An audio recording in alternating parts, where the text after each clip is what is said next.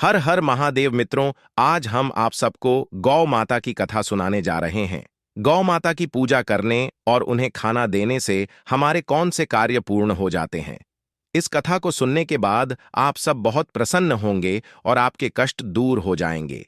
चलिए कथा को प्रारंभ करते हैं। एक समय की बात है। कैलाश पर भगवान शिव आराम कर रहे थे और माता पार्वती उनके पैर दबा रही थी। पैर दबाते दबाते वे अचानक से रुक गई। तभी भगवान शिव माता पार्वती से पूछते हैं, क्या हुआ देवी, रुक क्यों गई? आप क्या सोच रही हैं? तभी देवी पार्वती कहती हैं, भगवान, आज मैंने पृथ्वी लोक पर बड़ा ही विचित्र दृश्य देखा। तभी भगवान शिव पूछते हैं, देवी, ऐसा क्या देखा?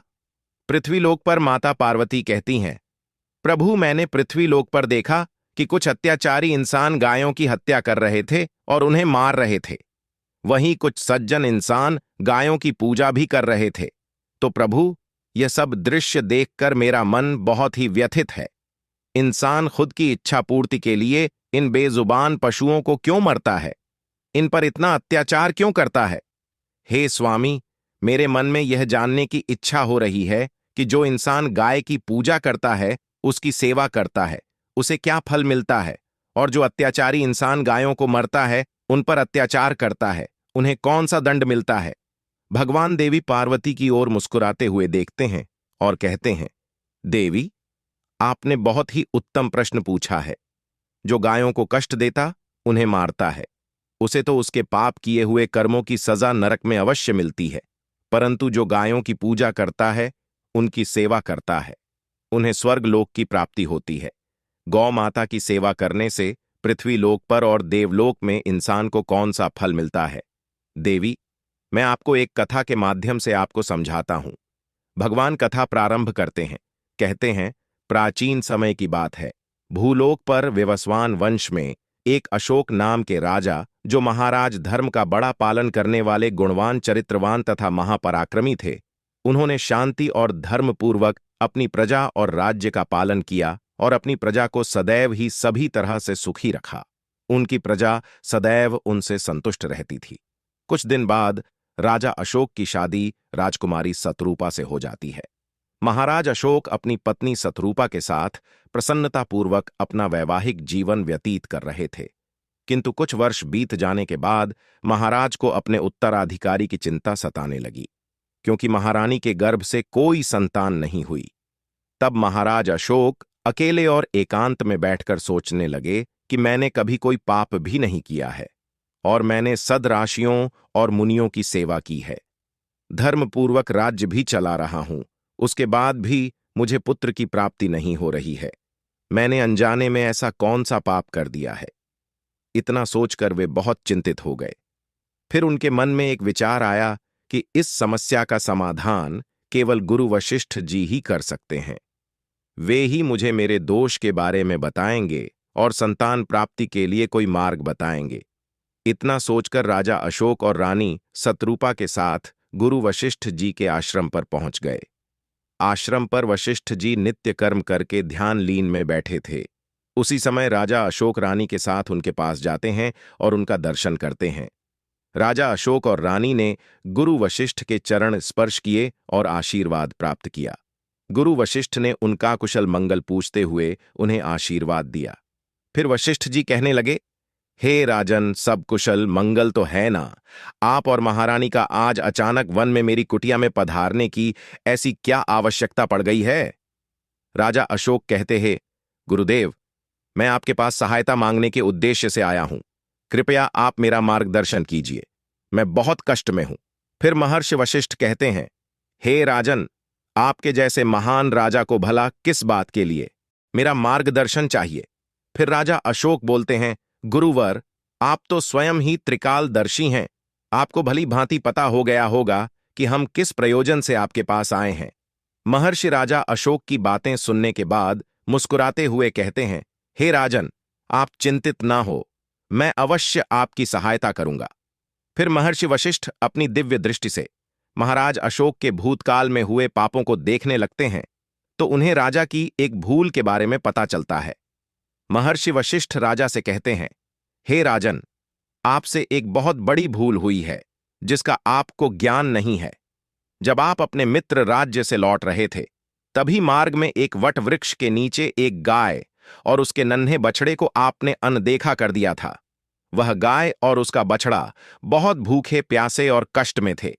आपने उस गाय को और उसके नन्हे बछड़े को ना ही भोजन कराया और ना ही उसे नमस्कार किया।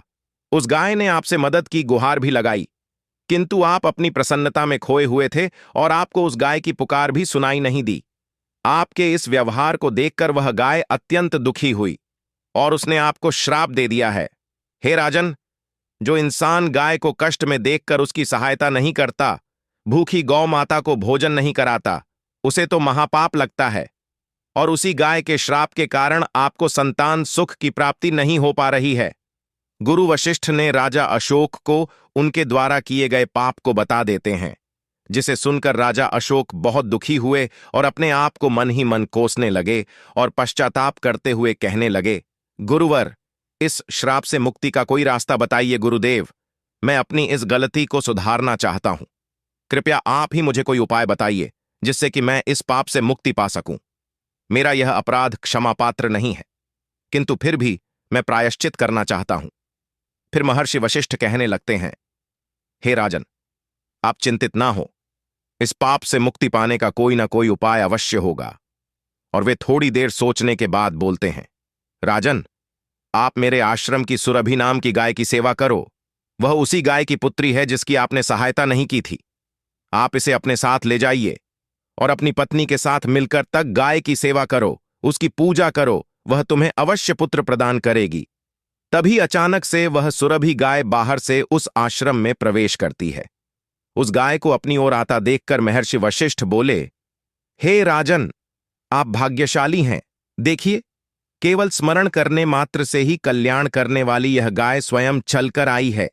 यह गाय निश्चित ही आपके दुख दूर करेगी और आपके पापों का निवारण करेगी। आप जंगल में इस नंदिनी गाय के पीछे पीछे चलकर इसकी सेवा करो, जंगल में रहने वाले पशुओं से इसकी रक्षा करो और जंगल से वापस आश्रम में लौट आने पर रानी शतरूपा इस गाय की सेवा करें, पूजा आराधना करें। इससे प्रसन्न होकर यह गाय तुम्हें अवश्य ही पुत्र प्रदान करेगी। राजा अशोक ने गुरु वशिष्ठ की बातें मानी और फिर गाय को चराने के लिए प्रतिदिन जंगल में लेकर जाने लगे। जब वह गाय चलने लगती तो महाराज उसके पीछे पीछे चलते, इधर उधर से हरी हरी घास लाकर उस गाय को खिलाने लगते। जब वह गाय किसी वृक्ष के नीचे बैठती तो उसके लिए तालाब से पानी लाते और उसे पिलाते, अपने हाथों से उसके मस्तक को सहला दे। इस प्रकार से महाराज उस गाय की सेवा में लगे रहे। जब शाम हुई तो महाराज उस गाय के साथ आश्रम में लौट आए। आश्रम में पहुंचते ही उस गाय ने महाराज को अपनी जीभ से चाटना शुरू कर दिया, जिससे महाराज का शरीर पवित्र हो गया और उसके सभी पाप नष्ट हो गए। उसके बाद महारानी शतरूपा ने आगे आकर सुरभि गाय के आगे हाथ जोड़े और विधिपूर्व कुछ पूजन किया और चरणों में मस्तक झुकाया। फिर उस गाय ने उस रानी की पूजा को स्वीकार किया और रानी पर अपनी दृष्टि डालकर उसके सभी दोष समाप्त कर दिए। गाय की दृष्टि पड़ते ही रानी अत्यंत पवित्र हो गई। इस प्रकार से राजा अशोक को उस गाय की सेवा करते हुए 30 दिन बीत गए।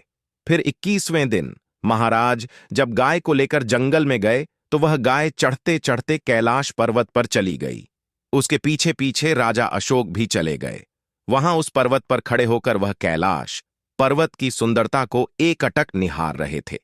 इतने में ही अचानक से एक सिंह ने आकर उस गाय को बलपूर्वक दबोच लिया। राजा को उस सिंह के आने की आहट तक नहीं मालूम हुई। गाय ने जोर से कहा, महाराज, मेरी रक्षा करो। राजा अशोक ने गाय की तरफ देखा।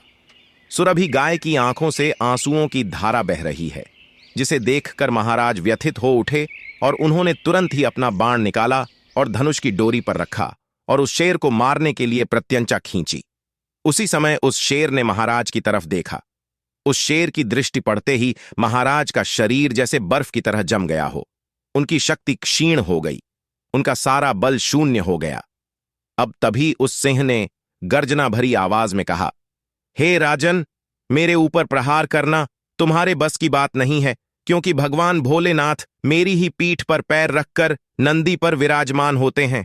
इसीलिए तुम मुझे मारने की चेष्टा मत करो। अगर तुम मुझे मारने की कोशिश करोगे तो निष्फल रहोगे। अब तुम यहां से लौट जाओ। विधाता ने इस गाय को आज मेरा भोजन नियुक्त किया है, इसीलिए तुम इसमें दखल देने की कोशिश मत करो।